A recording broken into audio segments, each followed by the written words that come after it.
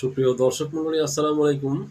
দেশে এবং দেশের বাহিরে যে যেখান থেকে শুনছেন, আশা করি ভালো আছেন, সুস্থ আছেন, নিরাপদে আছেন। আমি অ্যাডভোকেট মোহাম্মদ বেলায়েত হোসেন।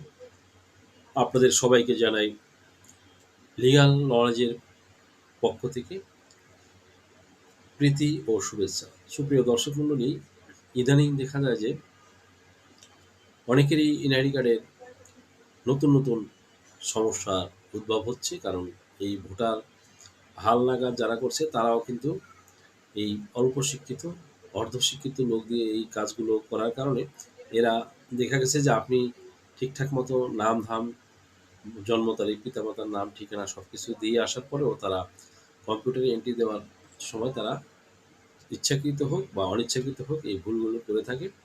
দেন আপনারা কিন্তু আরেক দফা ঝামেলায় পড়ে যান। এই ক্ষেত্রে অনেকেই আমার কাছে জানতে চায় যে এগুলো থেকে উত্তরণের উপায় কী? আপনাদের আমি এই ক্ষেত্রে রিকোয়েস্ট করব, আপনারা যদি বয়সের ব্যবধান ভুল থাকে বা নামের সম্পূর্ণ ভুল থাকে বা আংশিক ভুল থাকে, তাহলে আপনারা একটি সঠিক জন্ম নিবন্ধন, তারপরে চেয়ারম্যানের কাছ থেকে একটি প্রত্যয়নপত্র বা নাগরিক সনদপত্র, বয়স সংশোধনের ক্ষেত্রে পারিবারিক সনদ বা ওয়ারিশ সনদ নিয়ে একজন আইনজীবীর মাধ্যমে একটি কোর্ট এফিডেভিট করবেন বা যাকে বলা হয় হলফনামা। এটা আইনজীবী কীভাবে করা লাগে আইনজীবী করে দেবে। করে দেওয়ার পরে আপনারা এটা এটা আইনজীবী প্রথম শ্রেণীর ম্যাজিস্ট্রেট দিয়ে করে দিবে। সিএমএম কোর্ট বা সিজিএম কোর্ট থেকে এই ম্যাজিস্ট্রেটগুলো বসে, এগুলা প্রতিটা থানারই ইন্ডিভিজুয়ালভাবে এই ম্যাজিস্ট্রেটগুলো থাকেন। তাদের সাথে তাদের কাছে এগুলো জিনিস আপনার আইনজীবী সাবমিট করবে। দেন আপনি একদিন কোর্টে প্রেজেন্ট থাকবেন।